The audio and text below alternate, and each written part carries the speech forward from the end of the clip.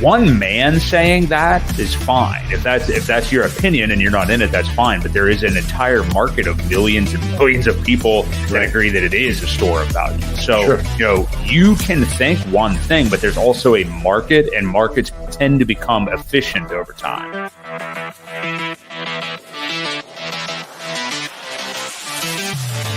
We do know that you will always get paid in HEX on a daily basis. And that is truly the miracle that we call HEX, because it is trustless interest, trustless yield. Nothing will stop that contract from running.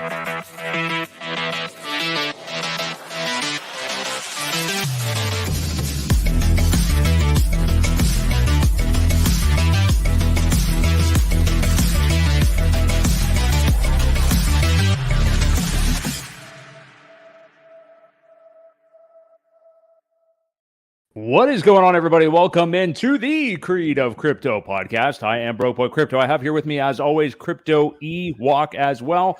And down below, we've got El Capitan. We have got RG3 in the house tonight. So give it up for him in the chat. Super excited to have him along. Smash the like on your way in. Hit us up with questions and comments. This is going to be a great stream because, hey, things are bullish right now. We got green candles all over the place. PulseChain, HEX, everything has been up over the last week. eHEX, a 4x for eHEX in the last week alone, which is absolutely insane.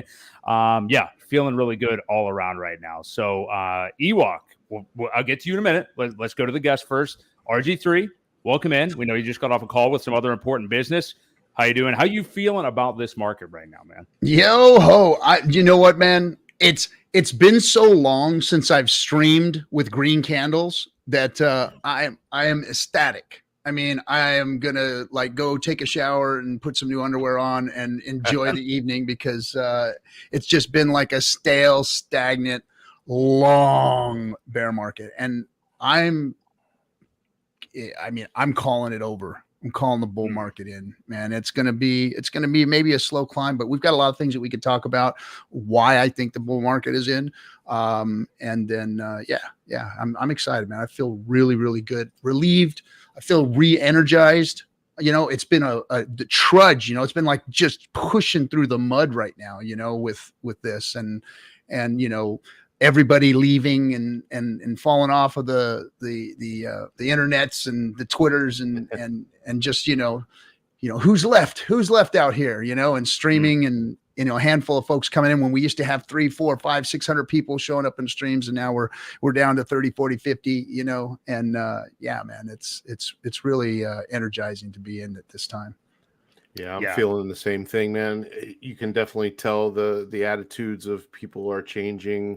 A lot less infighting and kind of more high-fiving going on. It's definitely visible, you know, and we're starting to see people come back. I'm seeing some familiar names that I haven't seen in, you know, a long time pop back in and say, hey, you're still around. That's good, you know. So it's exciting. And I'm not gonna bust on those folks because, you know, everybody has their reasons for doing what they do. You know, I just decided that during the bear market, I wasn't going to let up off the gas. You know, I was just going to keep going, keep trudging, put the PulseChain tour together, get out there, see everybody, high fives, hugs, and handshakes for everyone, show them what the community is made of, and don't be a fair weathered, you know, Hexican. Amen to that. Yeah, and you're right. Obviously, you with the PulseChain tour, I mean, been one of the strongest. And credit to all those guys, and we should shout some of them out right now. I mean, we've been here throughout the bear market. Crypto Coffee, obviously, is never going away and always making amazing new content. Like, if there's something you don't know how to do, he has a new video out like the day the thing was announced with some kind of a tutorial on it. Crypto 7's been out there. Wanted to give him a shout out. A lot of people have been doing this throughout the entire bear market. So shout out to everybody who's been around. And they're so good. We have such good streamers. And as this bull market takes on, they're going to just gather more and more following. I mean, Coffee is he's crushing it, man. The guy is so good. He's got his own course coming out now to teach people about the RH ecosystem. And he just puts out good content after good content. There isn't any garbage in his repertoire. You go to if any of those you Hexkins or people that aren't Hexkins want to go see good quality content and learn. I mean, all of us are doing it. We're all saying the same things, but he does it in a way that just makes it simple, easy, and the no coiner can figure it out and understand it too. So I really like what he's doing. Crypto 7, like you said, he's always been solid. We got new guys like Somi coming up and just killing it out there.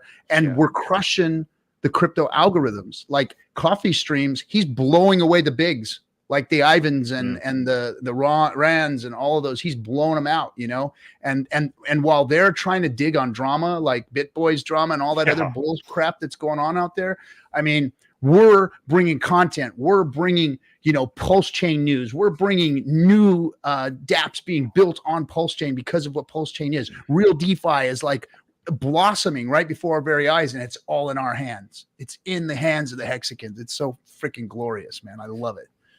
Well, you may not have gotten the memo, RG, but we are going to actually dissect the Ben Armstrong divorce proceedings here tonight. That's all we're going to get into. We got to look at it from every angle. But well, he picked up a hottie. I guess he made a trade. What it was, he picked him up a hottie, and he cashed in on that. You know, wife changing money, as they say in crypto. I think he actually sealed the deal there. So, okay, so we got to start here. So we're going to start with something that's not necessarily a PulseChain ecosystem piece of news, but hey, this 3-letter organization, the SEC, has been taking them on the chin, one after the other from all these different crypto lawsuits that they're just kind of throwing at the wall. Just as of last week, I think it was probably the day after we went on the air last week, Ewok, they lose yet again. Dropped the remaining case they had against XRP actual personnel. Like they had personal lawsuits against Brad Garlinghouse, and I don't remember all the names, but Garlinghouse is one of them. So again, they've been capitulating. You know, they've been not appealing things. They've been losing cases. They lost the Ripple case. They lost one recently to Uniswap as well. What are your thoughts, RG, like with what's going on with them right now? Because they're now not even pursuing things that they had been previously. Are they capitulating? Like, are Gary Gensler's days numbered? Are they turning things around? Ewok and I have been talking for a while. I think the judges are just really starting to like see you guys are just throwing stuff at the wall to see what sticks, and you know we don't trust everyone's time. Well, you know, on top of all the people that you said are bitch slapping them, the judges are bitch slapping them too. And we're seeing it in the dissent from the, or not from dissent, but from what the judges are saying about their actions and their reactions and their comments and the things that they're bringing to the table. The judges are even slapping around saying this is unprofessional. Let's talk about the good and the bad. So the bad is that this is political, and we're in a very political time period right now. The positive for us on the political time period or time scope with the election year is what I'm talking about coming up and looming. When the election year comes, crypto gets ignored. It's a hot potato, and there's people that like it. There's people that don't. Most don't understand it. Some do. So there's a weird kind of mixture of understanding within the political space of crypto. Now, when the election year comes, they all go to their right corners and they get ready to go do their thing. They don't touch hot potato issues. They steer clear of all the things that are going to screw up their elections.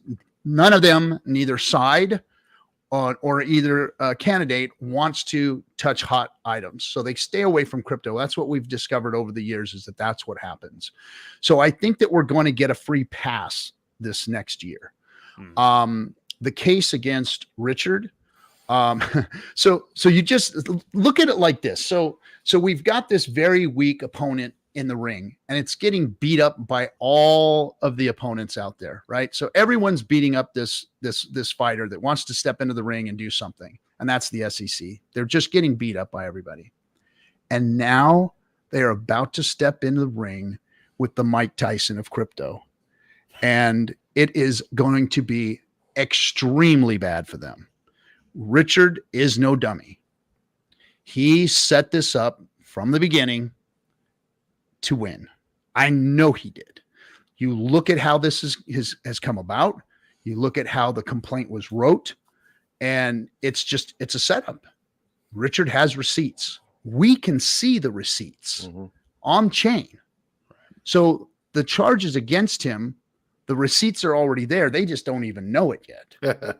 I think that by the time they do discovery and look at the case, when they have a conversation with Richard about it, I think they're going to realize that they're going to have to back off because they don't have a case. There's nothing there. There's no there. And I discovered that with my interaction with the SEC already. So, over a year ago, they came at the community first. Yeah. They subpoenaed me 4 different times. 2 of my entities, 3 of my entities, I should say, 2 of them that operate under the auspices and the rules of the SEC. So my lawyers that represent my entities did exactly what they were supposed to do because they operate under the auspices, and they submitted everything, dropped our drawers, bent over, spread them, and coughed, and we got a clean bill of health. Even the HEX Investment Trust, which that is very, very important here for people to understand that now the SEC didn't give us the authorization to operate. Okay. We had to set the trust up under the rules of the SEC, very, very fine rules that it took Wales and Kinetics months to draw that up, months to make sure that we were within compliance so that we can put HEX in a trust and sell it as a security. And they did that. And so far we've been able to operate as such.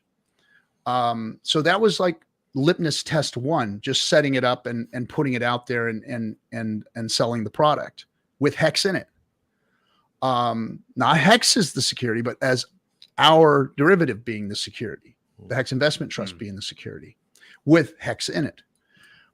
So that just tells me that, okay, they haven't come at that, so they must not think HEX is a security. When they subpoenaed the second time, they came at us to, look at what dealings that the HEX Investment Trust had with Richard Hart and the ecosystem and everything. And of course, we complied 100%. Our lawyers complied 100%, opened up all the books for them, and nothing. They didn't come out us with any violations, didn't say that HEX could not function in there. Again, not a stamp of approval, but they didn't tell us to cease and desist. They didn't stop us. They didn't turn it off or come at it any harder. So, and then the other subpoena was for, the Discourse Syndicate itself, the YouTube channel, the talent within it, me as the owner, came at that. However, the things that they were asking for, the lawyers said, hey, this is not a judge ordered subpoena. Let's have them bring a judge ordered subpoena because the information that they're asking was just way too vast. Yeah, they wanted everything. And that's just not how, it functions that way. Go to a judge and ask the judge what you want from me and why, and then I'll comply. I'm not operating outside of the law. I'm operating inside the law. I have never hurt anybody. I don't have any business dealings with Richard Hart. And so and I don't even have any communications with Richard Hart. He's barely even said thank you for the things that we've done here. So with that being said, nothing ever came of that. And then personally, me as a human being, they came to me and subpoenaed me personally. I actually spoke with the investigating officer, gave her all my information, said I would love to comply. Please, my lawyer wants you guys to bring a court order so that I can, give you what the courts are asking for so that we can dial this down into exactly what you want. I'm not going to just open my whole life up and accounts and communications with every human being that I know just to appease an agency that is a private agency that's bringing civil suit against me. Exactly. It's not a criminal. Everybody needs to understand this also, that the SEC does not bring criminal charges up again. This is DOJ that does that. This is civil. This is the SEC, a civil or that brings civil case you know, to these entities. So they left me alone after that. They never got a court order. They never sent me another subpoena. They never tried to dig any deeper into what it was that my dealings were with this. And I've been an open book. I've spoke about this online. I still stream. I haven't hid. I haven't gone away. In fact, I've exposed myself more by going on tour and being city after city with my information being out there and where I'm going to be and where I'm at. I'm not hiding from them. So I don't think they have a case. I think that it would be very difficult for them to bring any charges up against any of us because we've all been above board and we're doing the right thing. We are the only crypto and crypto community that is doing the right thing in this space. HEX is a decentralized, better Bitcoin. And I'm going to say this, HEX is better than Bitcoin. So if they like Bitcoin, then they're going to love HEX because it's better. And with the decentralized L1 that we now have, now we have better crypto than anybody has ever come up with. DeFi is here. DeFi is finally here. And that's what we got. So they're going to have a really hard time, in my opinion, with trying to bring any case up against any of the people or the ecosystem itself or Richard Hart himself. So that's my opinion on it. Yeah. Ewok, you have any thoughts on that? No, I think he covered it, man. I have mentioned this a couple times, and we talked about it a little bit before we got started, that once all this is out in the air, and there's really a big nothing burger until the man even is served, and he hasn't been served. So my thoughts were is we kind of all need to stop promoting it, talking about it, because I kind of feel like we're creating our own chilling effect. People forget about things in 60, 90 days. So if it's sooner than that, my brother. Probably generous. Yeah. Yeah. Well, and especially if there's green candles, they really forget about it even sooner. So, that changes it big time as well. But, I think this whole thing is going to be a nothing burger. I think until he's served, there's nothing to really talk about. People were asking about SEC news and this and that, and they're just really worried about it. And as far as I'm concerned, there's not a whole lot to be worried about right now. No, people who are in those coins where the guys are wearing orange jumpsuits, those are the people that should be concerned about their crypto, their influencer, their founder, because Richard went up against all four of those guys that are in jail now wearing jumpsuits. He spoke out against all of them. Yep. He warned everybody about all of them. And look, when HEX launched, Tone Vays brought 2 lawyers and tried to bum rush Richard. One of the most disgusting displays of human nature I've ever seen in this space was that day when Richard was launching HEX, the founder of a crypto that was doing the right thing, that built something better than Bitcoin, and Tone Vays, the scumbag that he is, brought 2 lawyers on to try and browbeat Richard into submission. And Richard didn't pull any punches, and he didn't give in. And he just says, hey, well, then they're going to have me cease and desist if that's what's going to happen. And they didn't. They never did for 4 years now.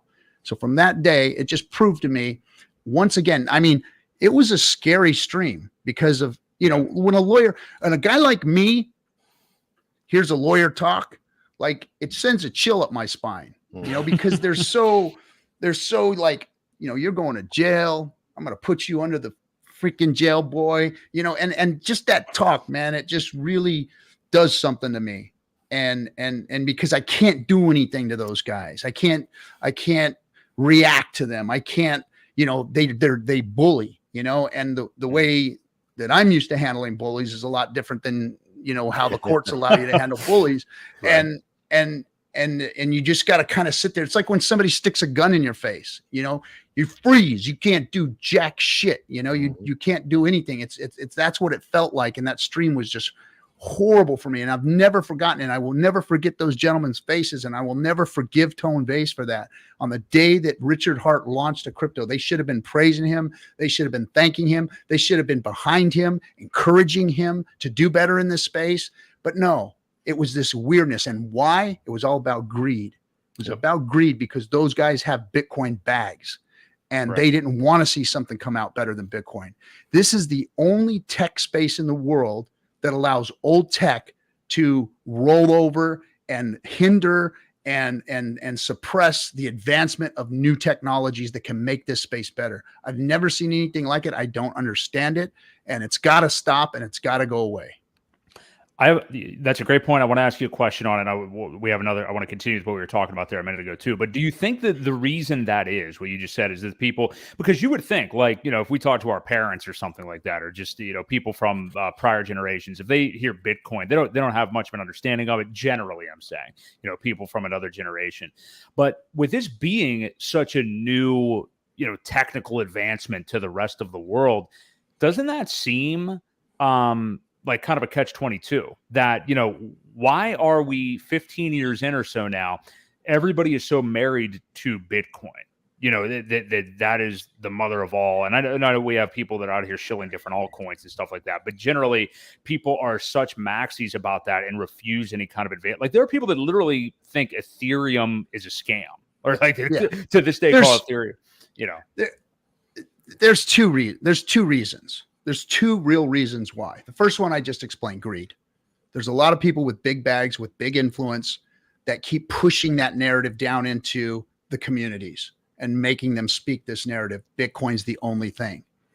And then you got people like Saylor who've invested heavily into it, who bet the whole freaking house on it.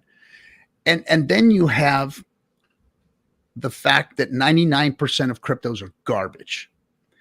It is okay for people to think that HEX is a scam. It is okay because they've been duped and fooled and screwed for so many years that why would something finally come out that's right? Why would there be something that's good? And so they're right to feel that, but that's the other thing.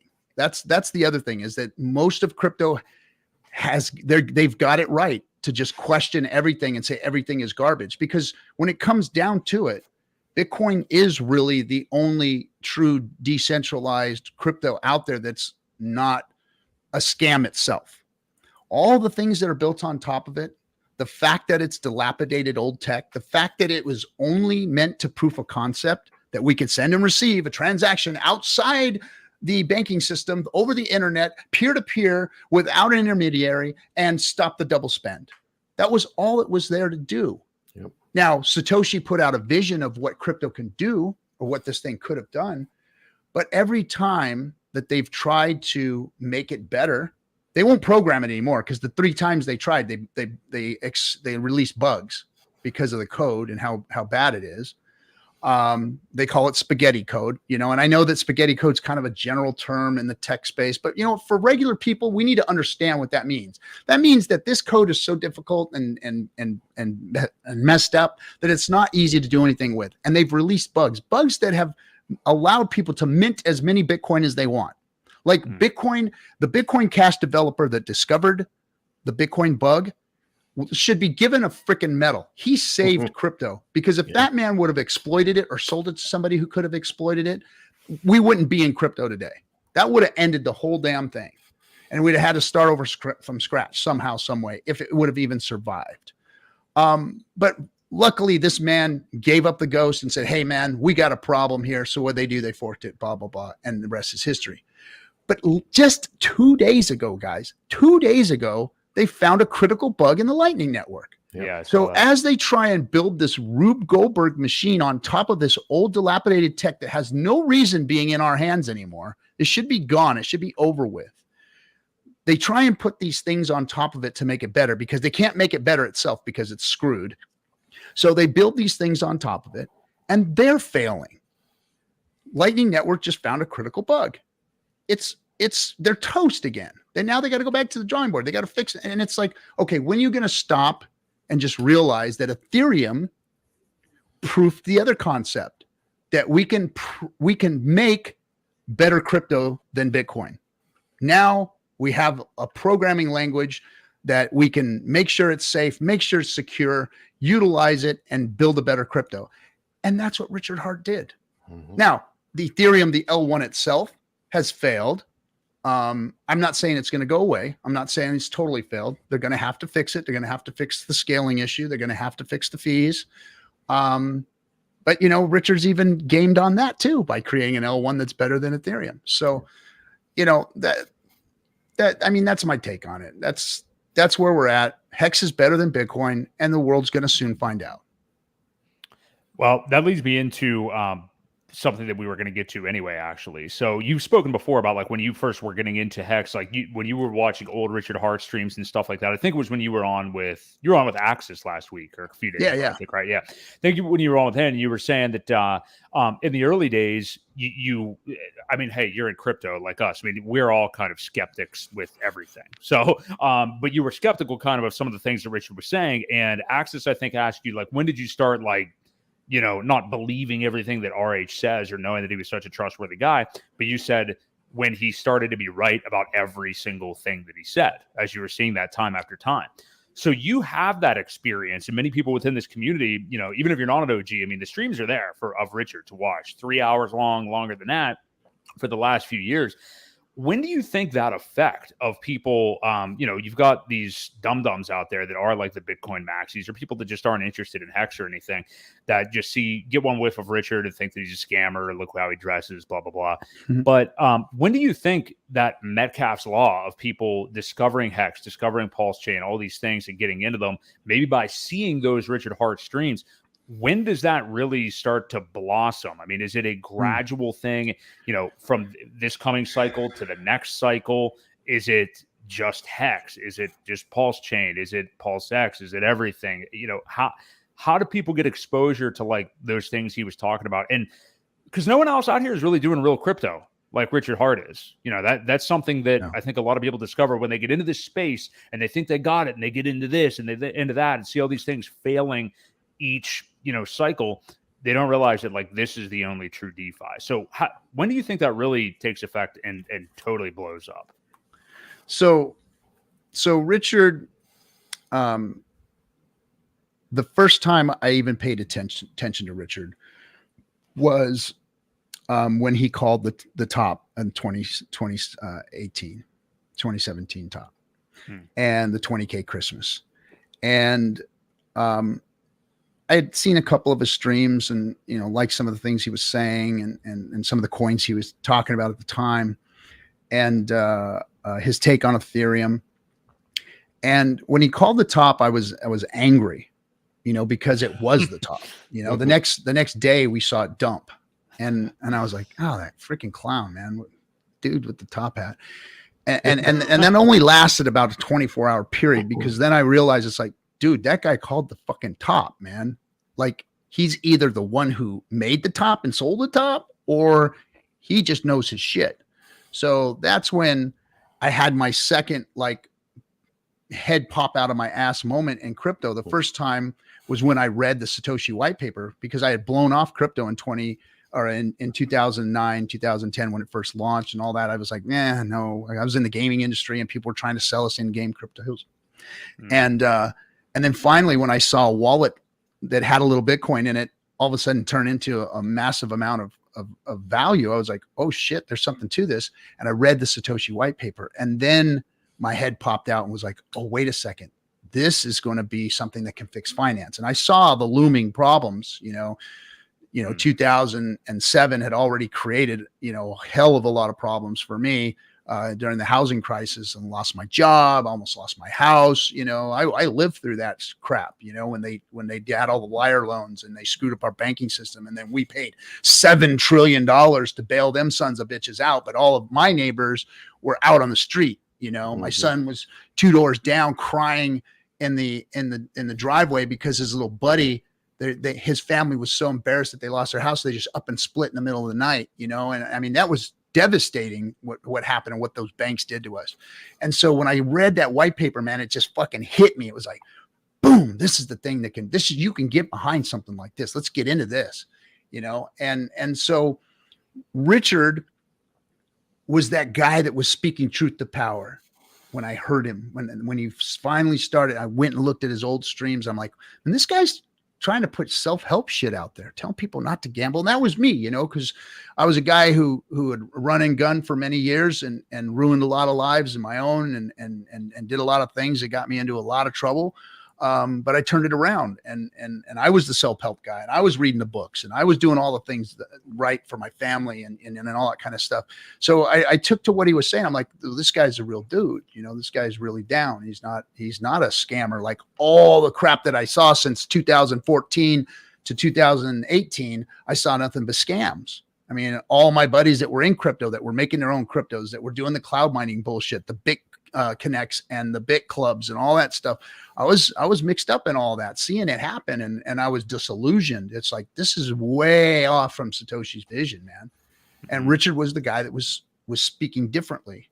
And so that's what made me, want to listen to what he was doing. And I saw what Richard did as he launched and the things that he was saying, and it's like, gosh, is this guy right all the time? I mean, he was right about that Bitcoin top, but man, dude, you're saying some crazy shit right now, about Bitcoin.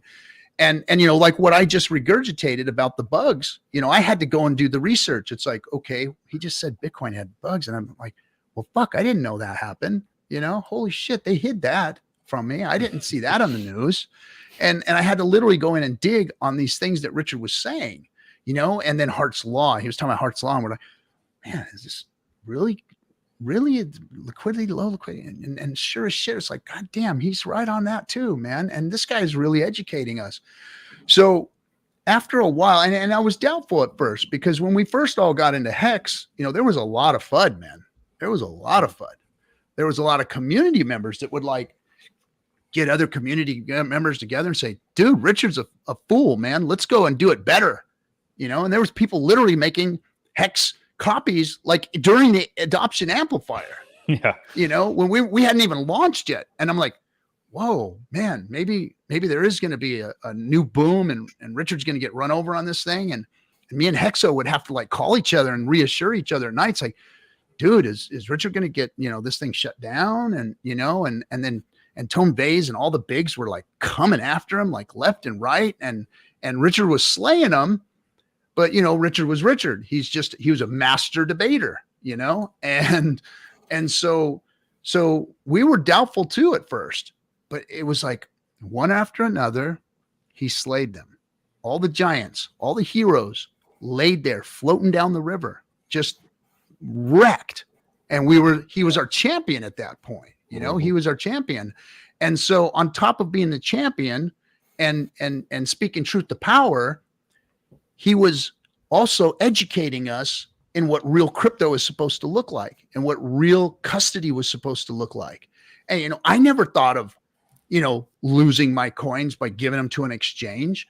I knew that if it was a scam exchange, I was going to lose them because I had buddies that had scam exchanges that took my money, and then it's like, but not the bigs, not the G's and the B's. And these guys are not going to scam us, and the C's, they're not going to scam us. But Richard was like, no, not your keys, not your coins. And we had heard that before, but that wasn't really a concept that was utilized, because even though some of those Bitcoiners were saying that, they all had their shit on exchanges. Mm-hmm. So, and then as the exchanges started to belly up, when Three Arrows, the first ones, and they were even involved in HEX at the time. They were like trying to do something. There were some wallets that were loosely affiliated that they thought the community thought or whatever, some chain analysis was done on some wallets. But anyway, that's neither here nor there. But as soon as they fell and people started losing money, then we all started to realize, man, Richard's fucking right about everything. He is right about everything in this crypto space. And, and then he started to, get funky and funny and goofy with things and his outrage marketing days. And I think that was to our benefit. Why? Because had he been the Vitalik or the Mashinsky or the Hoskinson or whatever, see, Richard was never going to be accepted because he built something better than Bitcoin. Mm-hmm. He was never going to be accepted. True. So he knew better than to be quiet, silent, and lay back. See, so this is what people, I don't think, talk about enough or understand. Had he been a small founder that we wanted, some people wanted, some people just loved his outrage marketing just because it flew in the face of everything and it was just cool or whatever. That's the wrong reason of why it worked. What Richard did was he created relevancy. He grew his Twitter following to 300 and something K with that outrage marketing. He kept relevant. They kept talking about him. So he didn't just fade off into obscurity. We got more attention because of all of that. And good, bad, or indifferent, you know, it didn't matter. There was more attention. So him doing that really kept us relevant when we could have been irrelevant and just brushed off to the side.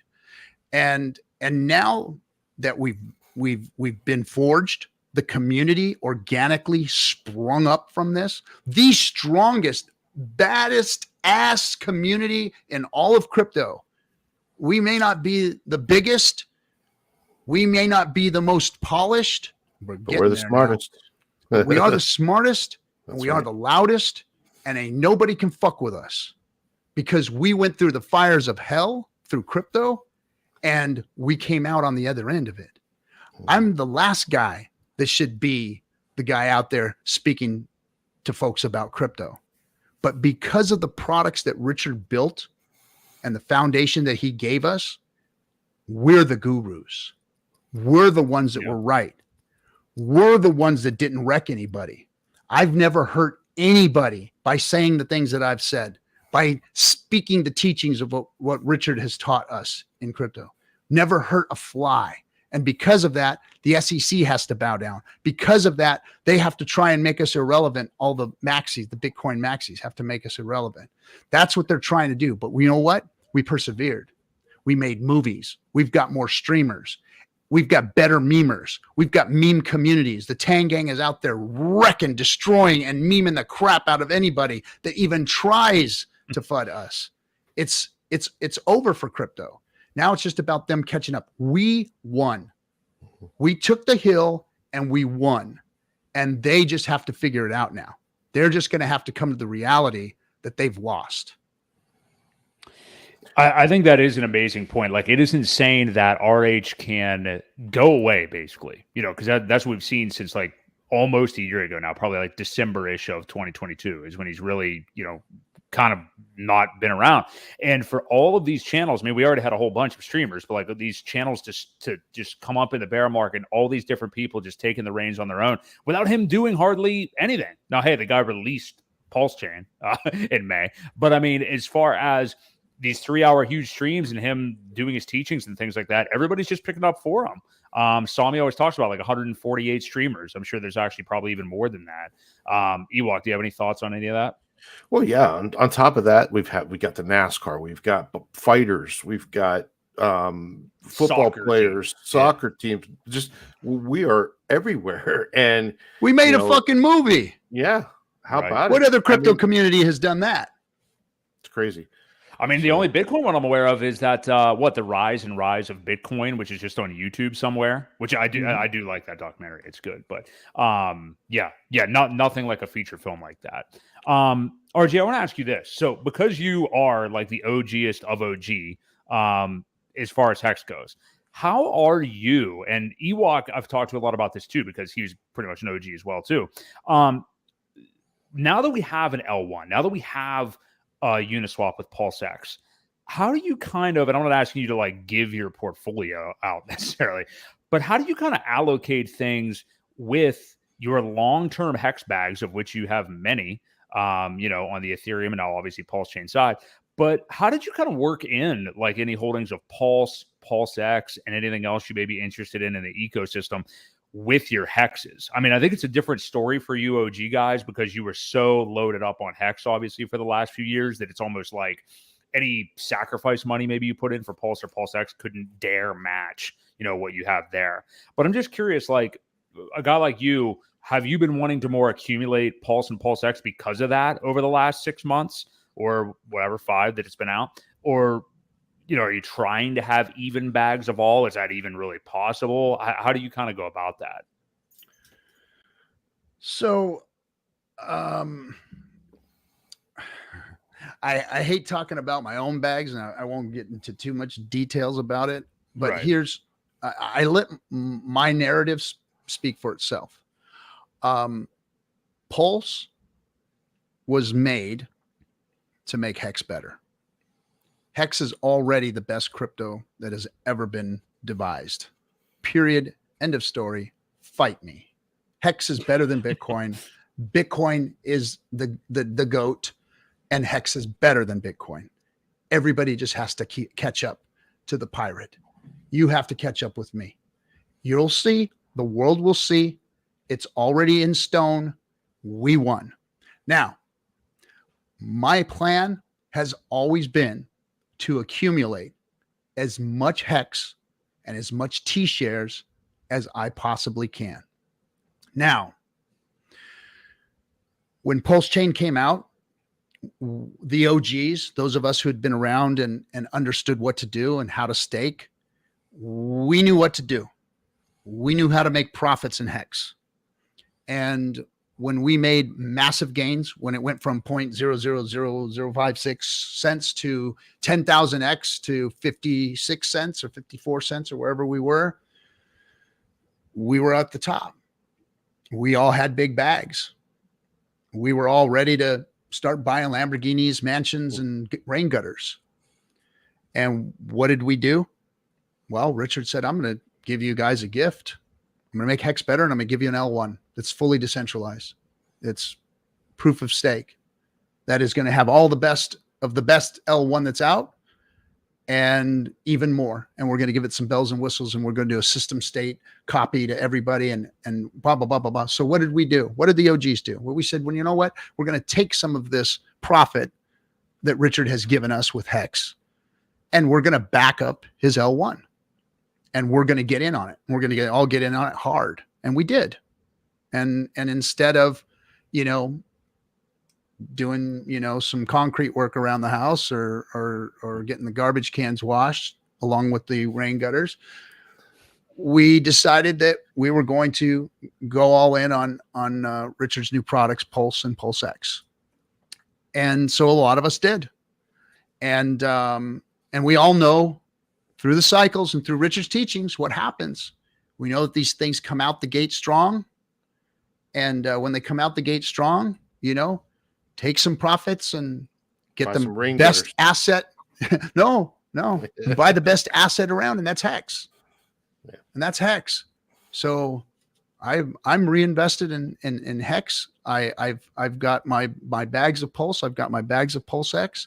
I'm going to contribute to the ecosystem. I'm going to validate. I think that's part of our duties. Like when Satoshi's white paper, when they talk about consensus and the consensus mechanism and the mining and how that works, this is truly the way that community members can be part of the consensus network, is through validating. It's what do you call it? Carbon neutral, or it doesn't waste energy like its footprint is not like the Bitcoin miner's footprint. So it improves on that system. Mm-hmm. It also spreads out the network even more. So now we have 45,000 validators, none of them belonging to the original development team that launched the 11,000 validators. Those 11,000 validators, as soon as they were run over, they were eliminated and the coins were burned. Again, more integrity into the network, more of what Richard Hart is all about and his tenets and how he wants to operate and function. So here we are. Here we are with the tools to really go and do crypto. So that's what I'm doing. I'm going to validate. Will I take a small amount of my bag and degen over on PulseX and that's, I'm going to call, LP providing and whatnot, also part of being part of the community, especially if you're a big bag holder. I think that big bag holders, might have feel a responsibility to go out there and provide for the DEXs and make it more robust. So I'll call that degenning a little bit, and I'll liquidity provide on the blue chips, on the RH blue chips, and make a little scratch off of the validating and the LP providing and be part of the system, because that's what we're really teaching here. That's what we're evangelizing about, is how do you participate in the system. If you're in HEX, you're a staker. You stake your HEX. Yeah, you can hold it liquid, but you're not participating in the system. You're not participating by being the bank and being the Fed and being the regulator of the system. If you stake, you're the one bringing the inflation out. You're the one holding it for years at a time. You're the one that's bringing it to the marketplace and selling it if you want, or buying more. It's all about participation in this whole new monetary system. And it's what Satoshi's white paper was trying to say. We now have the tools to do that in a decentralized fashion. Now we really can DeFi. We really can crypto. And it's all here. And I'm proof of it now. I am participating in all of it. Call David Feder. He'll set you up and you're validating and you're part of the system. And instead of 45,000 validators, we're going to have 50,000 in another few weeks, and in 100,000 by the end of the year. I mean, we're already the most decentralized. I think we're the third most decentralized L1 out there. Yeah, and before you know it, we'll be number one. Yeah. Before you know it, we'll be number one. And that's what I do. I don't buy any other cryptos. I'm not involved in any of these airdrops. I'm not involved in any of the other stuff out there. There's a couple of projects that I've even thought about, speaking to. And the first one was Hedron. And the reason I speak about Hedron is because Alex, so Bitcoin proved a concept that we talked about earlier, that exchange of value outside of the banking system over the internet. Ethereum proved the other concept of actually being able to program better cryptos. And then HEX programmed the better crypto and created the T-share, the Nobel Prize-worthy item in the crypto space is the T-share. One day it'll be looked at like that, and Dev Kyle will be freaking held up on a pedestal for doing so. Shout out to Dev Kyle. Yep. One of the greatest guys in crypto. I love that guy. He's a good friend and just one of the best. Integrity, family oriented, understands the space. Just what a salt of the earth human being he is. But anyway, Hedron proved that the T-share is a little nuclear generator that you can wrap things around and build other cryptos. That's where I think HEX's real wheels are going to expand, is when people start to even do more on top of the T-share and with the T-share. There's all kinds of brilliant guys out there that are going to do some very, very cool shit, So I think, and I'm losing my train of thought. I was trying to talk about, where were we? Well, you were just talking. The initial question was like just how you would split up those bags and how you do it and everything. And obviously HEX is the main asset for you. Yeah. Oh, and then the other stuff. But yeah. And so Hedron was that one. And then I'm really enjoying one of the teams out there. And I'm not talking about their coin or any of the stuff that they're doing with that, but the Tang Gang is really showing how community marketing and development should be. They went out there and just started memeing and promoting people that wanted to put their artwork and their music and all these things up on finally an L1 that is fully decentralized, that people can actually do this and afford to do this. So any artist can go and put their wares on the PulseChain. And these guys are showing people how to do it for free. They're showing people how to do it, and they're getting behind those projects, and they're helping out. And that's what I really like about the Tang Gang and all those guys and what they're doing. They're just promoting machines. They're really what community is developing into, which is, a marketing arm of the crypto space. And it's organic. Like all of us here are organic. All of our streamers are organic. This community is organic. We were forged in the fires of the financial crisis and the crypto crisis. And here we are, the best of crypto, the people that had it up to here with finance, government, banks, and the crypto idiots that are out there, the maxis, the assholes that have screwed us for so long and held us back for so long. This community has risen from from those ashes of that flame and is just the best. And yeah, and that's how my bags are. I don't promote any of that other stuff, but I'm rooting for every single one of those tokens and those projects out there, from Liquid Loans and Power City and PHUX and 9inch and all these other things that are being built out there. I'm rooting for all of them. I'm not promoting any of them because this space is dangerous. This space is new.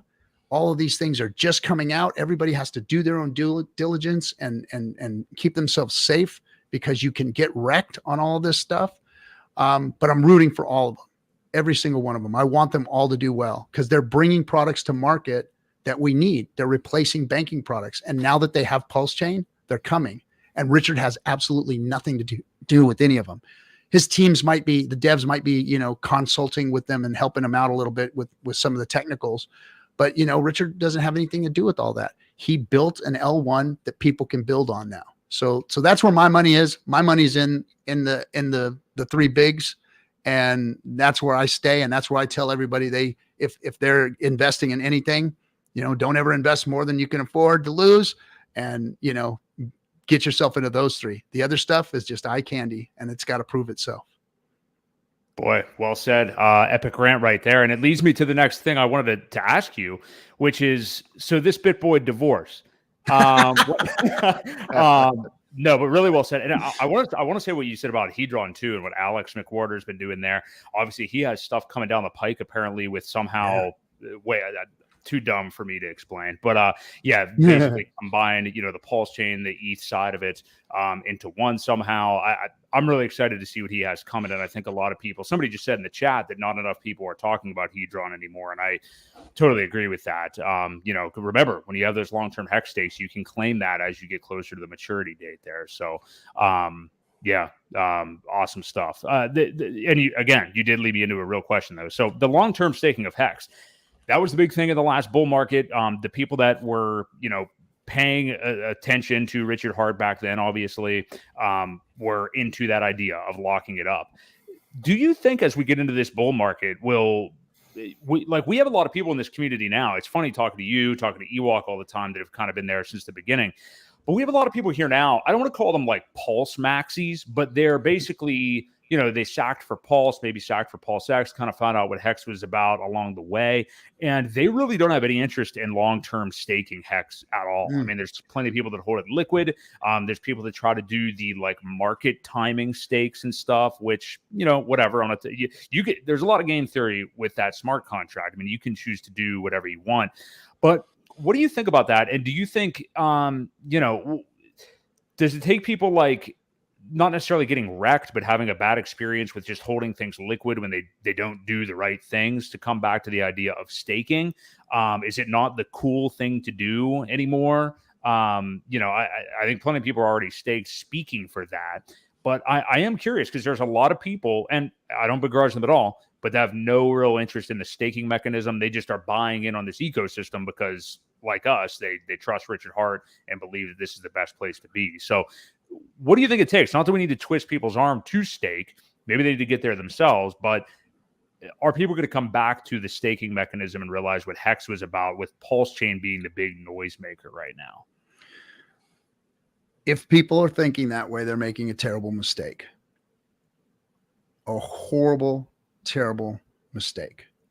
And I understand it too, because here we are, we're talking about human emotions. We were talking about it in the green room a little bit. These markets are based on human emotions, especially right now. These peaks and valleys that we see, these 90% dips that we deal with for these long periods of time, are emotional. And it's because we are in a new ecosystem and a very new marketplace. This marketplace is only about 12 years old. And we're in an ecosystem that's only 4 years old. So people who, look, those of us who got into HEX in the beginning, the first month or two, those of us who did that, there was a little bit on top of us understanding and being the first to realize what HEX was. That was good on us. We were smart enough to see it. We did take risk, but we thought the risk was worth it. The reward way outshined any risk that we took. A 10,000x is just not seen in crypto often. I think 5 times. Right. And so there was also an element of luck. But look, it dipped 90%. So we really didn't, those handful that did sell at the top or whatever, or took profits or whatever, great on you. But there was still an element of luck there with that. So what do people want who missed that? They want the next one. They want the next 10,000x. They want to be part of that too, that generational changing wealth. And I don't blame people for being emotional like that, but I caution people to not think like that, because what Richard has done has created a product that allows us in the crypto space that we've never had before, the ability to put time-tested. Look, I always say this, there's nothing new under the sun. There's nothing new under the sun.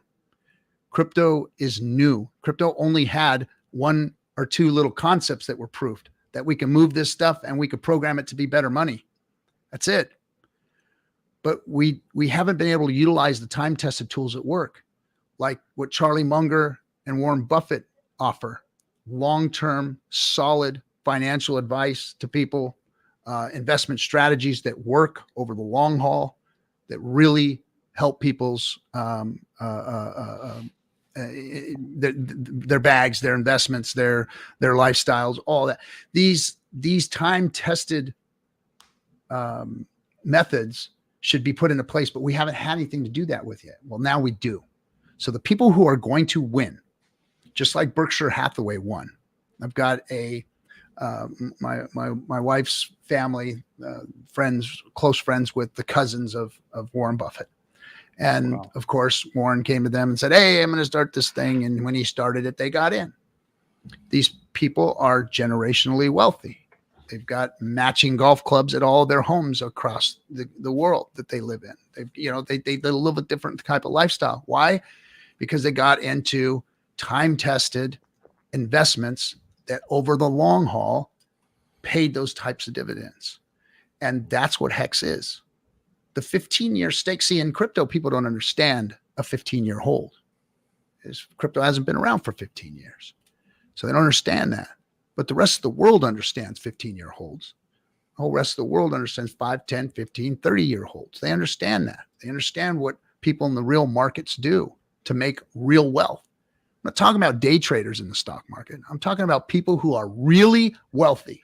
They don't day trade, guys. They don't day trade. They hold assets for a very long time, and they hold blue chip assets for a very long time. And those are the people that make the wealth out there. We have those tools here now. That's what HEX is. HEX is that blue chip. HEX is that thing that is if Charlie and Warren had a tool that made 38% APY and gave them penalties and turned them into a bank, they'd have been all over this shit like a fat kid on a cupcake. But see, they don't understand, because they were old school. They missed Apple by 12 years. They missed the tech industry. They missed the internet. They missed all that stuff. They still did well though. Why? Because they understood those concepts. Richard understands those concepts. In the old days, there's actually streams of Richard talking about, Berkshire Hathaway, things like that, because that's what we have our hands on with HEX, not Pulse and PulseX. Pulse is made to make HEX better. Now, it gives the world an L1. There's going to be some cool things built on it. It's like the internet has been reinvented again. Web3 can now exist. All of these things can now come to fruition, and there'll be better investments for all of those things. But right now, it's the wild, wild west. And guess what? Most people are going to get wrecked playing with that stuff. They are, but not with HEX. There's no way you're going to get wrecked with HEX. If you're a young person and you're investing your HEX and you're staking for, you're in your 20s, 15 years ain't jack crap, man. That ain't shit. You got 3 or 4 15-year stakes in you. I mean, that's the kind of vision you should have.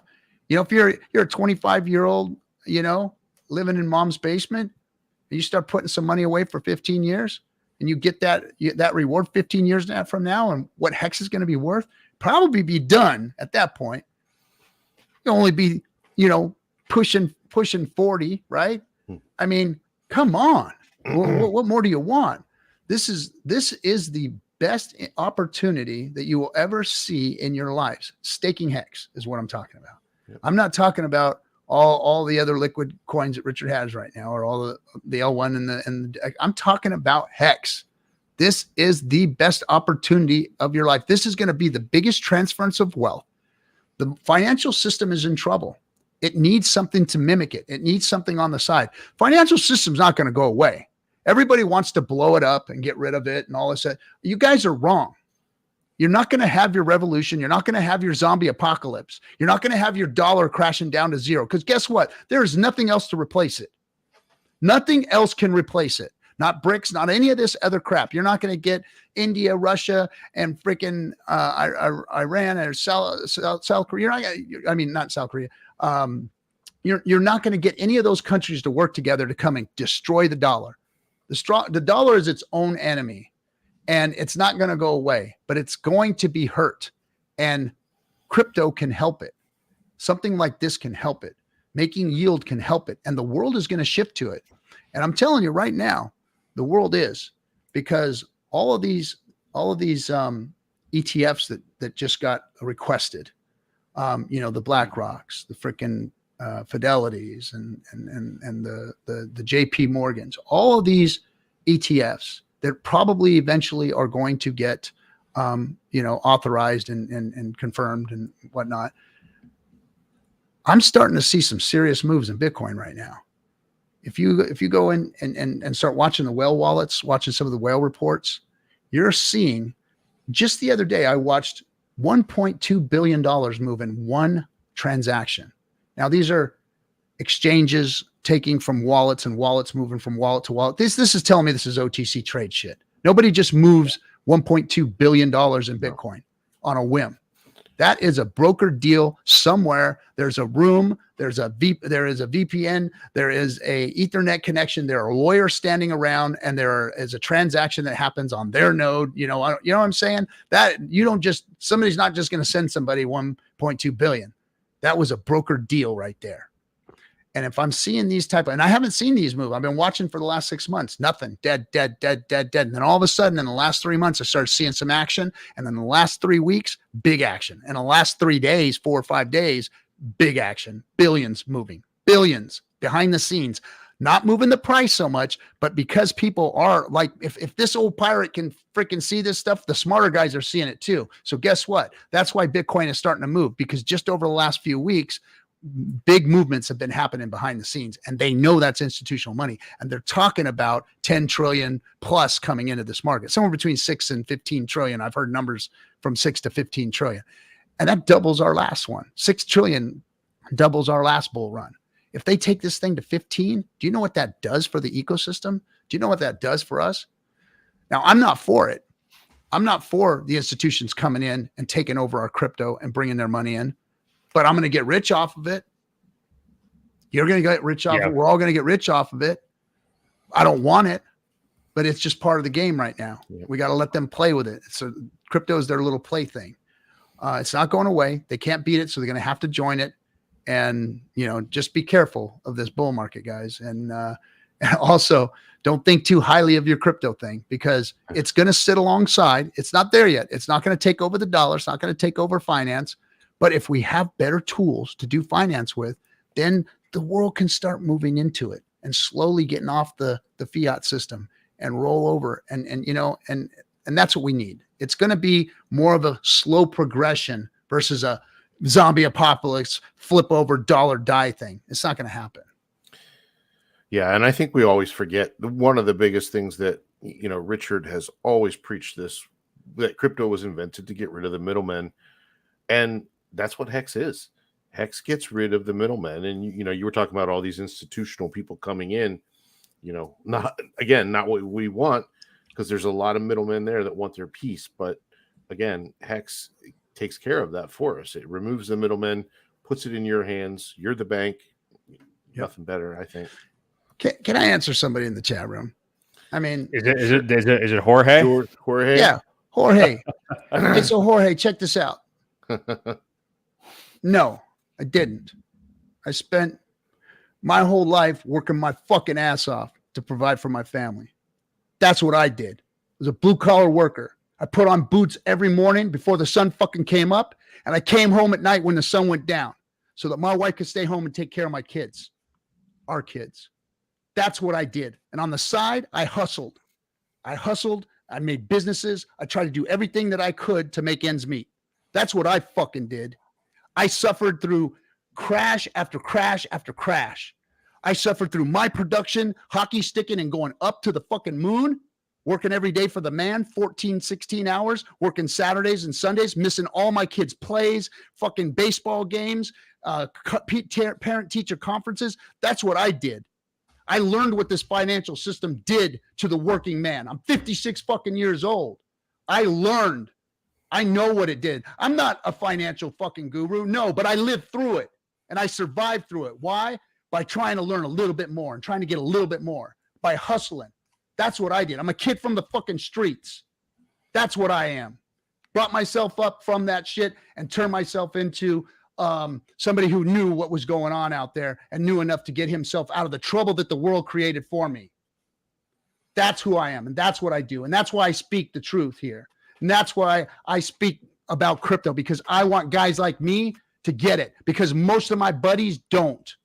They don't get it. They didn't do what I did. They didn't learn what I learned. And a lot of them lost their lives, lost their wives, lost their houses, sit on their couches drunk because they don't know what to do. That's why I'm up here speaking with passion and saying what I'm saying, because I'm fucking right. I'm right. And I have been right since I started speaking on this damn internet thing. I didn't know how to do any of this stuff, but I knew that this was the right thing to do. I knew that this was the thing that was going to help people. And that's why I'm here. And that's why I do it with passion, because I believe that I'm going to help other people, that what Richard Hart did is here to help other people. And I want that message to get through. I don't want any of this other bullshit like the crap you're talking right now to get through. That's just FUD. You don't get it. You don't understand what's going on around here. I do. And that's why I speak. And I'm not a financial fucking guru. I'm just a guy that made it through the shit. Mm-hmm. So you're saying the experience that you've had, RG, is, you're saying that what you've done is earns you more than what Jorge's doing tonight, just kind of taking jabs and chats and stuff like that. Yeah, but I don't want him to discourage other people. This is the message that needs to be taught, not his fucking message. He doesn't know what he's talking about. Yeah, no, that's what I'm saying. Like, I mean, it's very easy to just like cast stones from the chat and not really have any idea what somebody else has gone through or anything like that. So. But it casts doubt. It's dispersions and it's doubt into other people that are sitting there listening. Like, yeah, who is this fucking guy? Well, that's who I am. That's who I am. And I want to make sure people understand that I'm not just some guy that got lucky and want everybody to come in and pump my baggy bags. I don't need to do that. I could walk off and not have to worry about it and just go, walk off into the sunset and be done with it. But that's not it. I don't want people like him to be screwing the message up. Well, and there's a lot of that throughout crypto. So I do understand why you take that seriously, because there are people who do exactly what he's talking about, with other tokens and stuff. So yeah, kudos to you for actually giving the background there. So Jorge, we're not going to mute you or block you or anything like that, but it's a good opportunity though to dispel anything like that right here live on stream. So good opportunity for sure. I want to ask you, talking about the HEX staking stuff, this is the last part I want to talk about. And Ewok, I'd like to get your thoughts on this too, with both you guys being there from the beginning. And I think it was, I forget his name, Mud Hog in the chat was talking about Mudvayne. Mudvayne. But he was talking about HEX staking being so understood, underappreciated. Yeah. How do you gentlemen kind of set up your, maybe you're not even setting too many new ones up anymore, but your HEX staking ladders, is a ladder still kind of what you prefer? Like, do you have everything from 1 year out to 15 years? Do you have multiple coming out per year, one a quarter, two a year, whatever?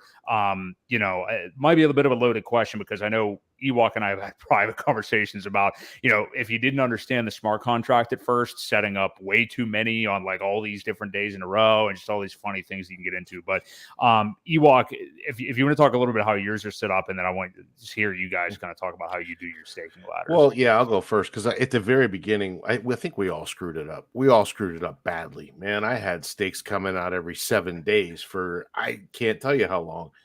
And then, the gas fees got out of hand. It got crazy. we all started learning together about what the T-share rate was. And, I remember even watching streams with RG, and they're like, we finally just kind of all clicked. It all, when Kyle was on that stream, and it kind of all clicked for everybody, and it was before a big payday. There was a lot of emergency end staking happening to kind of reconsolidate stuff and get it in a much neater fashion, and a lot longer. Even if you emergency end staked a lot of these things, you ended up with still more T-shares because you put it out even longer. So, I'm still making stakes. I told you before, I've made it known on stream that I put one out every month for another 15 years. I'll have one coming out every month from now until 15 years from now, and I'll continue to do it. And if I'm not around, my kids will get them. So, it doesn't really matter to me. I don't need it right now. Yeah, it would be nice. It'd be nice to have some other things, but I know delayed gratification is really where this is all about. And, I don't have a problem putting them out, and I'll continue to do it. And, I have some other ones too, a couple wallets. Some are bigger, some are a little bit more often. That way I can capture a nice profit when we get to that point, when I'm ready to take it. But I mean, that's my strategy. It's kind of spread apart, but yep, I will continue to make 5555s forever. So when you can go back and look at the old Discourse Syndicate streams, the first ones, I knew what we had our hands on from the beginning. I knew what Richard had created. As soon as he said it was a crypto CD, I went and started doing my research. I talked to my father-in-law. It's talking about CDs. I started learning what they were and what it was all about. And I knew what they were. I just didn't know the nuances of them. And I was the first person that was talking about staking ladders on stream. And I knew that you can create perpetual wealth by doing so.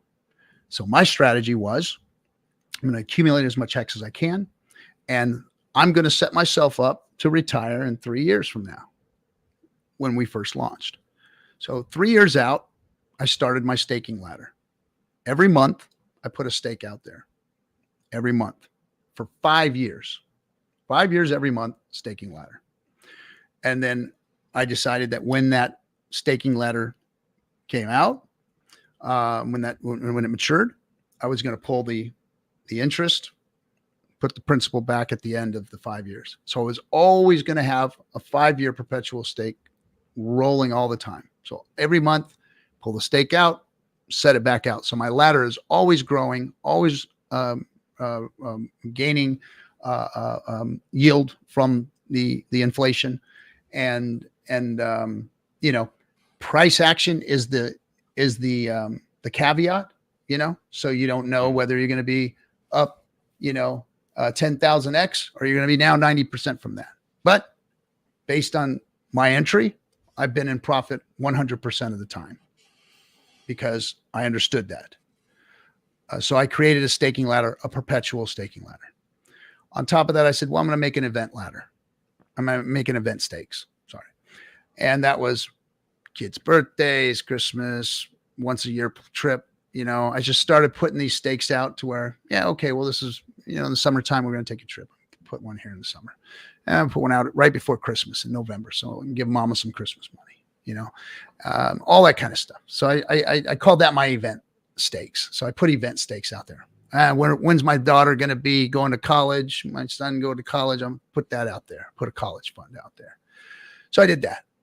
And then now this is before Hedron.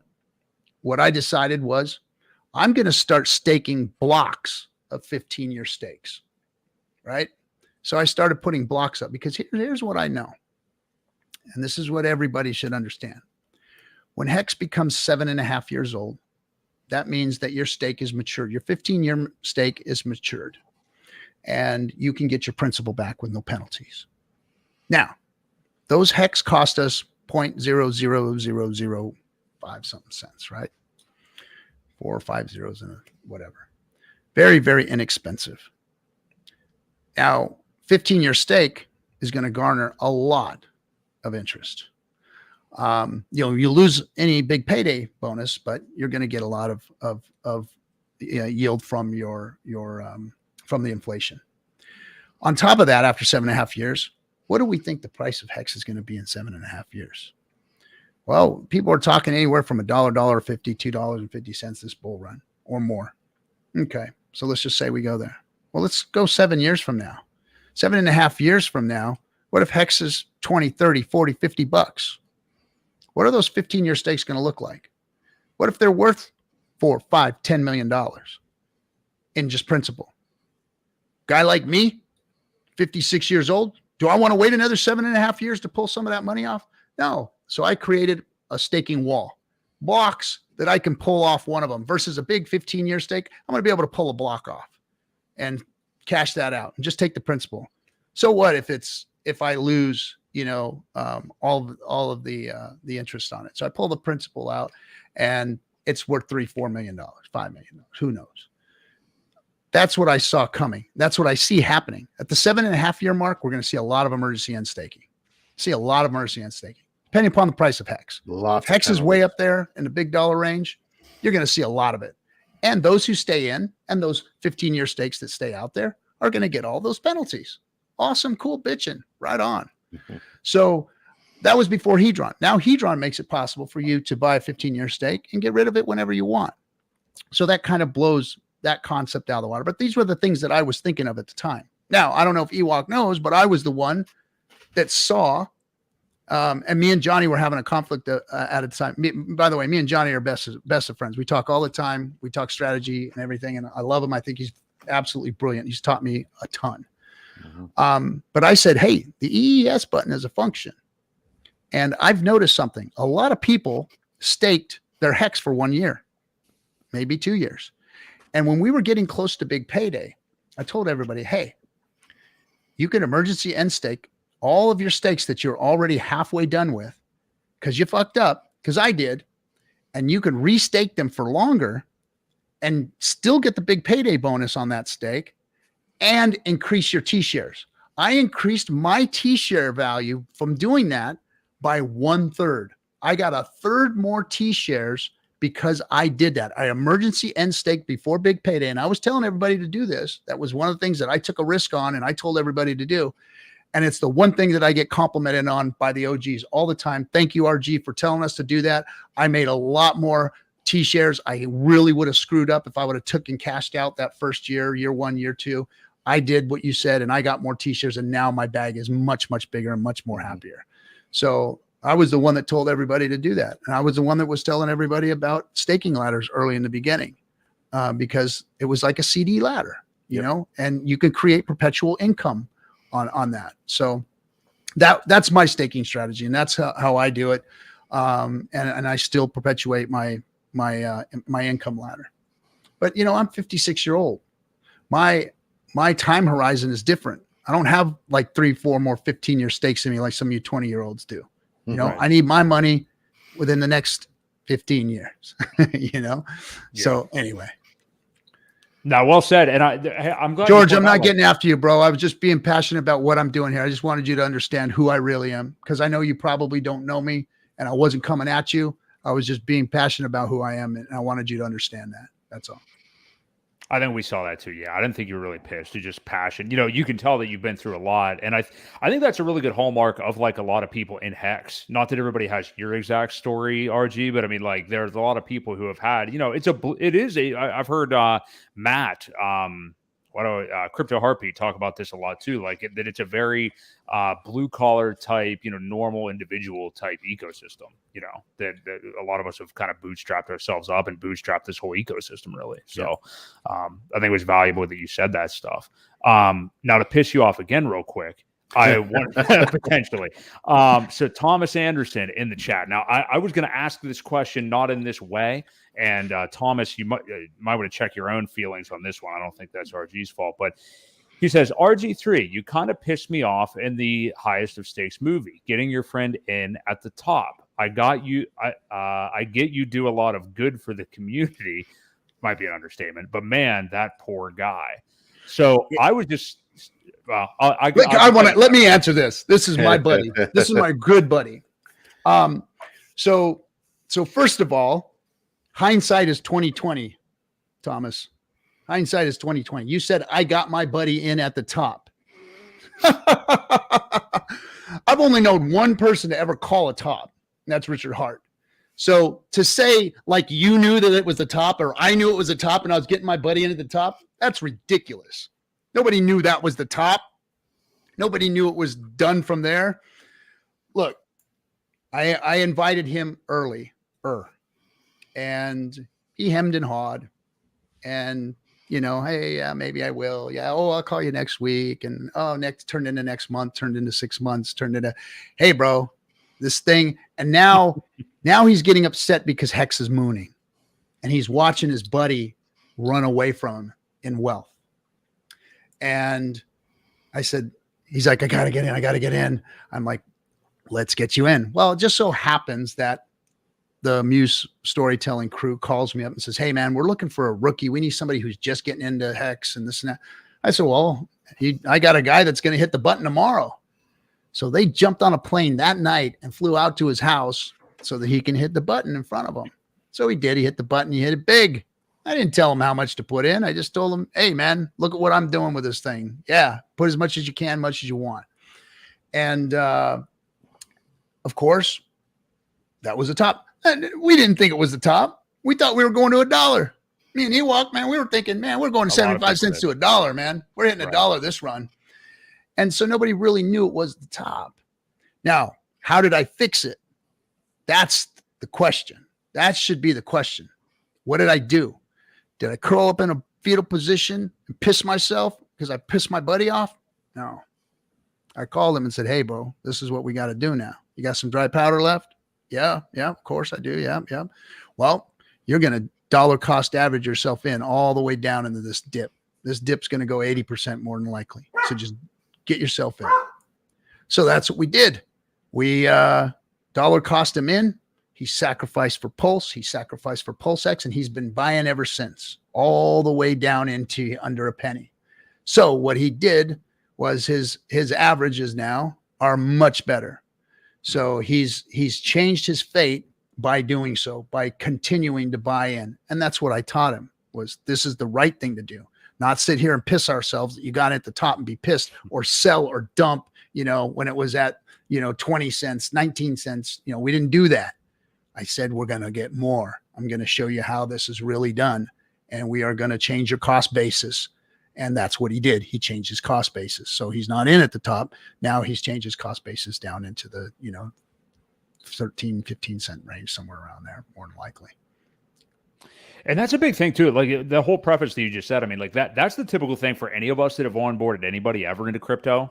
That's exactly what happens. Like you have these ancillary friends that are like interested in it, and every now and then you might hear from them. Like right now, for example, all of us are probably going to start to get reached out to by somebody in our life in the coming months. I mean, like, oh, your phone's going to ring off the hook, man. As soon as it hits 50 cents again, all those people that won't talk to you right now, they're going to be calling you. It always happens. Right.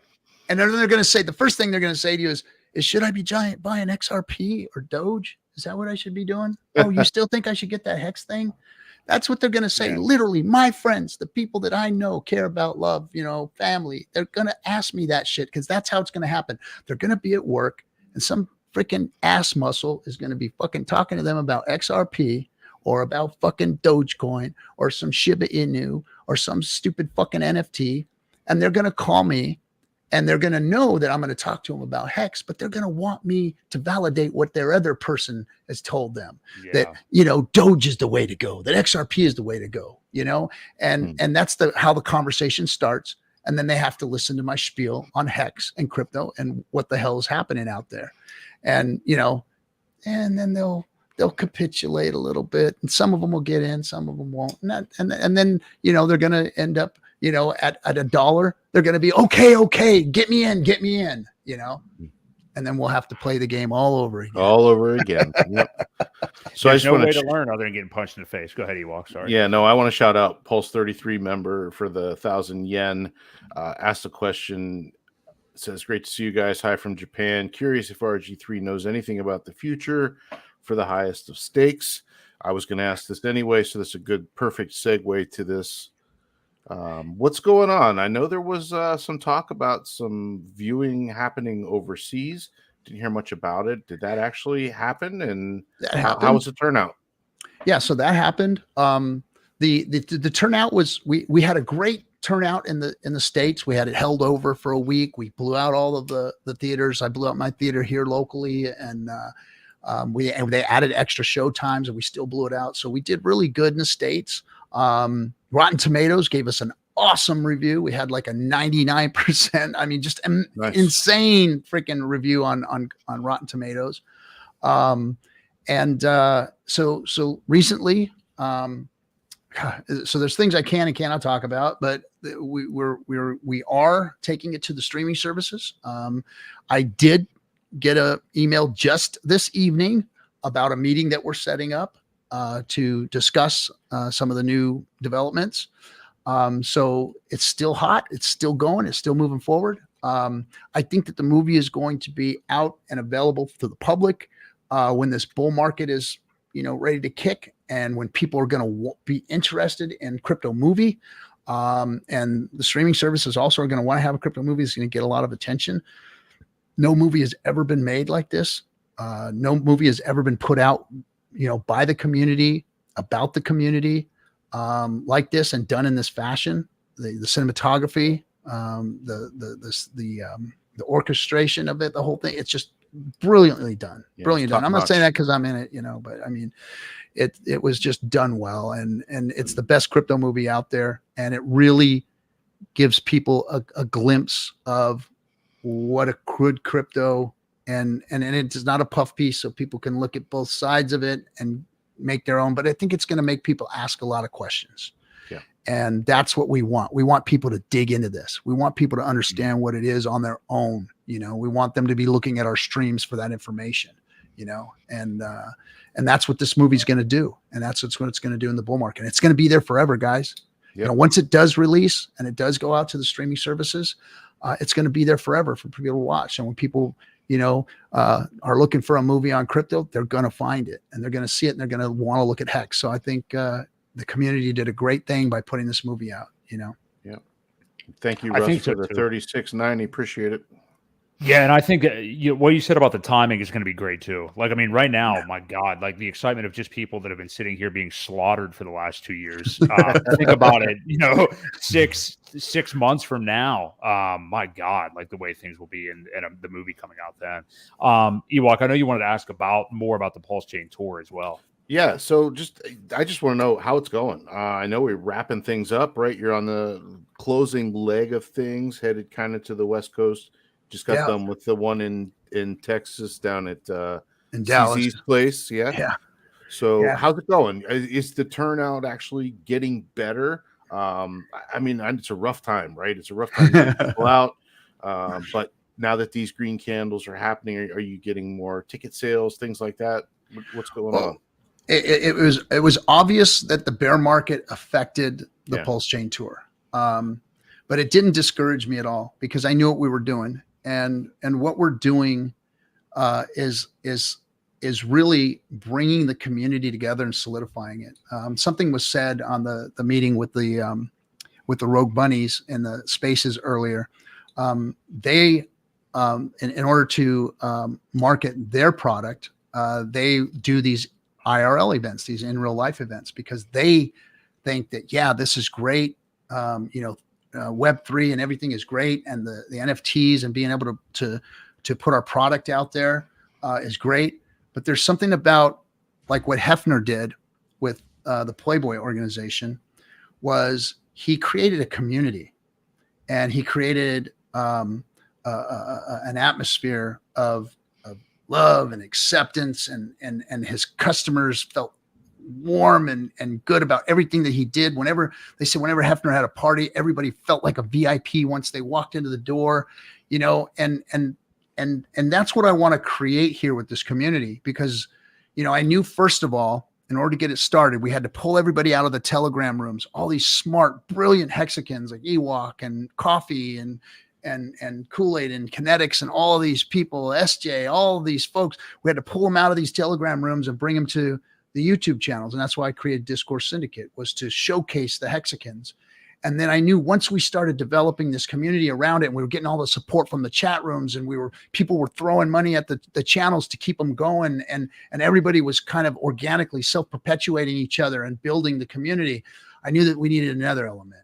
One thing that I'm good at is developing communities. Now, one of the other things that I did to let my friend know is that on the side hustles, I was a network marketer at the diamond level.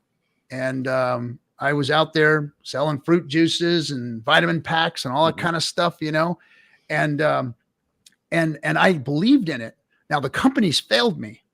So my communities always ended up getting wrecked or died or whatever, just like the crypto community has done to its communities.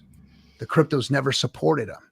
They never supported the communities that were trying to promote them. See, if you don't give a good product, if you can't back them up and bring them gains and bring them something that's solid and good, that community is going to die on you. No matter how well put together they are, no matter how many great leaders you have in those communities, they're going to die. And I knew what we had here was a tiger by the tail. So all we have to do is create a good community behind it, because that's what crypto entails. You have to have community. It's not going to be done on internet marketing. They already gatekeep all the crypto marketing. It's not going to be done on billboards. It's not going to be done in magazine ads. It's not going to be done on radio. It's not going to be done in television. It's not going to be done in Super Bowl commercials or on NASCARs or any of this other stuff. Those are all cool and fun and whatever. And yeah, it looks like we got the word out, but no. It's going to take all of us going out there and delivering the message. It's going to take people with passion who have been through the financial woes, who have made it through it because of this crypto, telling their stories and doing it face to face. You need to see RG's eyes when he's telling you the story about how life has fucking wrecked him and how crypto has saved him and how what Richard Hart has built has saved him. You can't get that from some produced fucking film or YouTube video I do. You need to see me in person. It's about hugs, high fives, and handshakes that bring the community together. So I knew that's what the PulseChain tour was going to do. And if we built a model this year, Abid and Patrick already laid the foundation for me. They showed me how to go around the country. They already did the first time. So I said, okay, I'm going to go out there and I'm just going to turn it up a notch. Even though it's a bear market, I'm going to build a better model. I'm going to get out there. I'm going to take what they did and I'm going to expound on it and I'm going to keep going. And it cost me money. It cost me time. It cost me heartache. A lot of people, criticized me for it or whatever, but I don't care. That's not what I'm here to do. I'm here to build this community and help build it. So went out, we built the model. SJ was out there driving a bus around. This gal is in a bus on her own, going town to town around the whole freaking country, having to fix the bus at just about every stop, and Hexicans joining her and helping out and fixing the bus for us. And then she's going into coffee shops and she's putting up flyers and she's putting stickers maybe not stickers all over. Maybe somebody else did that instead of her, but stickers all over the place and scouting out the place before we get there. And then I got Kalen, Black Hexican, just out there being the road manager of road managers, making sure that all of the people were fed, making sure that everybody felt comfortable, make sure that everybody had a goodie bag to go home with stickers and hats and all that good stuff in it. And these people poured their hearts into this to make an experience for the Hexicans to come to and join and have some hugs, high fives, and handshakes to solidify the community. Because it's one thing for all of us to sit here online and talk to each other. It's like, okay, yeah, that's RG, whatever. Hey, cool, Ewok, yeah. But it's another thing when we meet. It's another thing when we talk to each other face to face. And when we do have a hug, a high five, and a handshake, and we do get to sit down and eat dinner and talk about our experiences and talk about the future and talk about what we want to see. I want to see stadiums get filled, not 30, 40, 100 people in a room. I want to see stadiums get filled of people passionate about this, up on stage, talking about this, bringing it to the world, because that's what it's going to take if we're going to go beat the banks. If we're going to go beat the freaking governments, if we're going to go and take crypto to the world, it's going to take that kind of action. It's going to take that kind of, grassroots development, the communities coming together and putting this out there. Richard ain't going to do it. That's not his job. It's our job to go out and do this.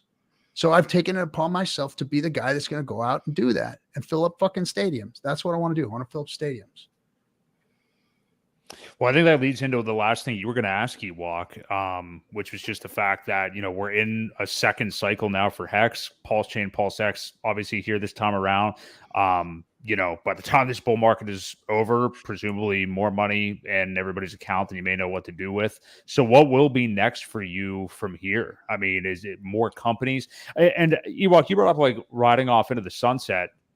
RG, you don't strike me as somebody who would do that, but we've seen other people not at all bashing them in any way. I mean, everybody lives their lives the way they want to, but we have seen people that, made it to the level that they wanted to that are kind of just silent and out of the public eye now.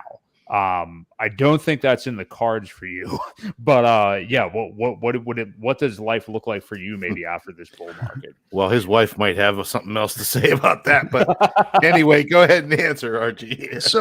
So I was going to work until I was 75. That was my life's lot. I didn't want to. I was hoping that something would catch.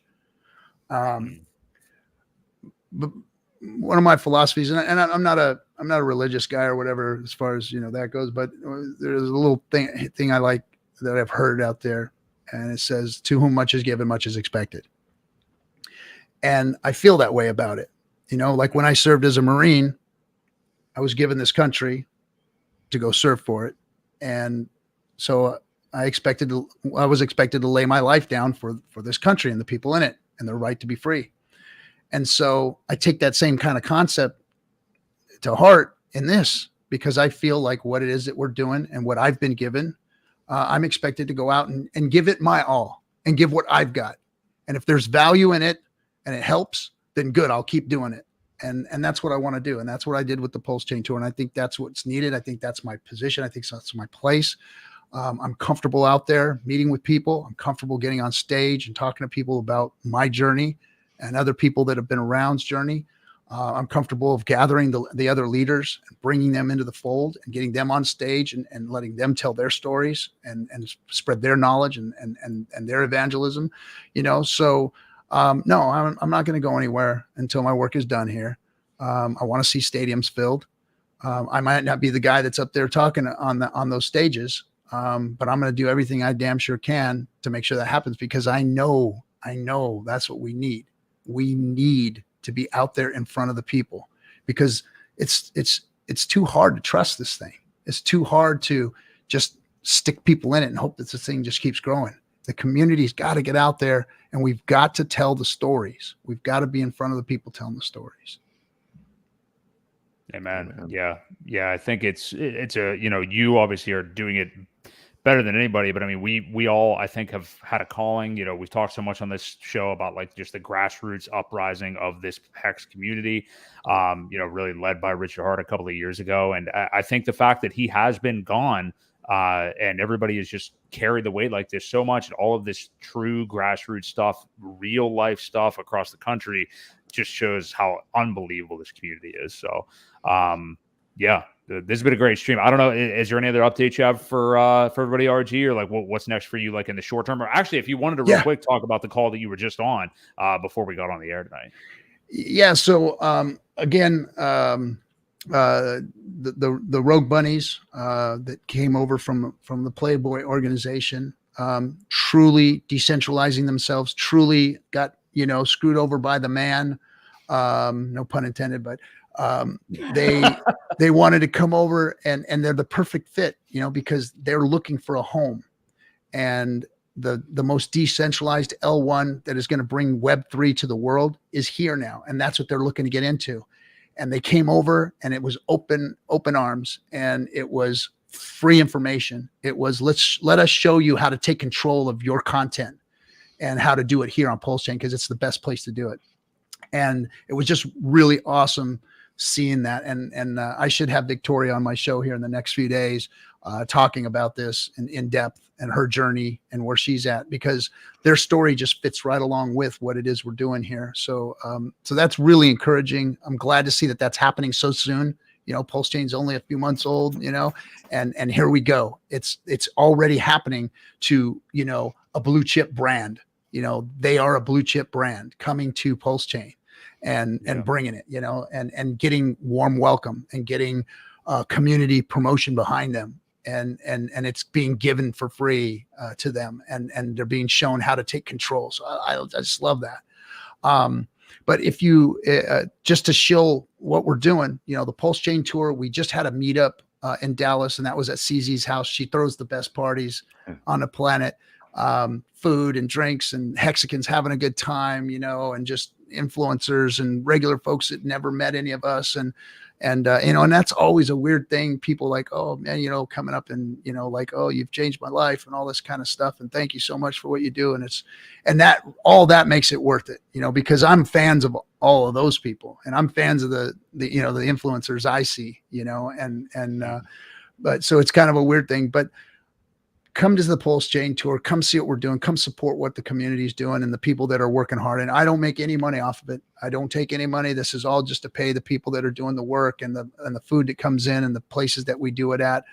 Never made a dime. In fact, it costs me money every month. But we're going to be in Austin next week. I believe it's the 4th. If SJ's still in the chat, she'll throw it up there. But yeah, you can go to pulsechaintour.com and you can catch us in Austin. Our second to last is going to be in Phoenix, Arizona. So we're going to be there a couple of weeks after that. And then the grand finale, we're going to end up in LA going on a cruise. There's still cruise tickets. If anybody wants to go on the cruise with us, it's a really cool cruise. We're going from the port of Los Angeles, which is Long Beach, LBC. And we'll be going down to Cabo, Mexico. And the cool thing is it doesn't just go to the port and then bail that day. It's going to go to a port and stay there for 2 days. So you're going to stay in Cabo for 2 days. And then we're going to get back on the boat, come up to San Diego, spend a night in San Diego, have fun in San Diego, and then back up to the LBC to LA. And that'll be the end of the tour. But there is going to be more than likely somewhere around after New Year, somewhere around there is going to be a Las Vegas trip to either kick off and maybe next year's trip. We'll see if PulseChain Tour is gonna roll next year, which I am hopeful that it does. And I think we should go right into the bull market with the PulseChain Tour and really pump this thing up. Nice. Yep. Well, if you don't onboard Joe Rogan in Austin next week, I consider it a failure. So we'll see how you guys do. Funny thing, I was on his show.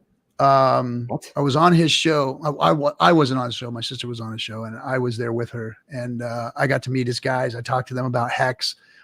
Didn't get to, I met Joe Rogan in pictures and hung out with him and stuff. But I didn't really get to talk to him about Richard. I would have liked to, but it just wasn't the time or place. No, I get that. Use discernment.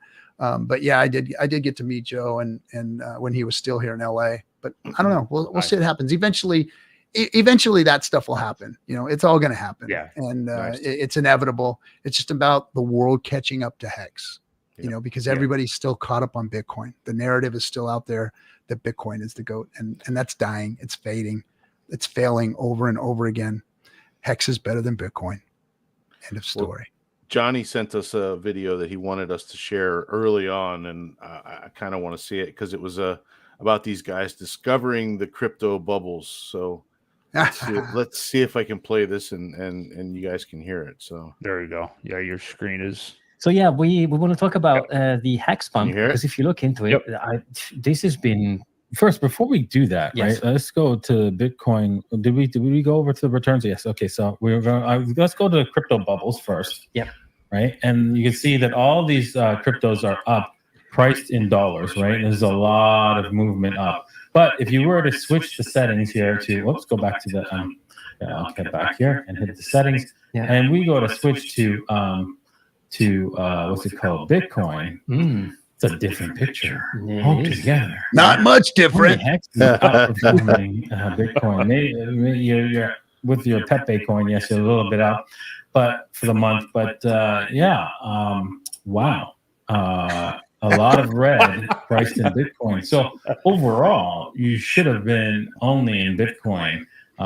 Yes, if you were in all the other alts, you did see a rise in the dollar value, your dollar value of your portfolio, but not as much as Bitcoin. Let's keep covering that HEX up. So the biggest winner, of course, was HEX.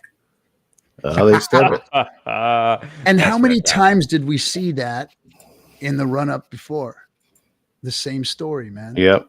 HEX is the GOAT. Why? Because HEX is better than Bitcoin. There you go. Amen. That's all we need to say. Well, hey, RG3, we appreciate you being here tonight. If you guys enjoyed this stream. It was an epic one. Hit the like on your way out. We do this every single Wednesday night. Oh, we wanted to make a quick announcement. Ewok and I, going forward this coming Tuesday, we're going to move the show to Tuesday nights, same time, 8 p.m. We know we're going up against Matty Allen. It's not our fault. Other life circumstances get in the way, but it's fine. We will be here on Tuesday nights going forward. You guys will get used to it, whatever. But again, RG3, thank you so much for being here. You guys hit the like on the way out. We'll catch you all next week right here on the Creed of Crypto podcast. Take it easy, guys.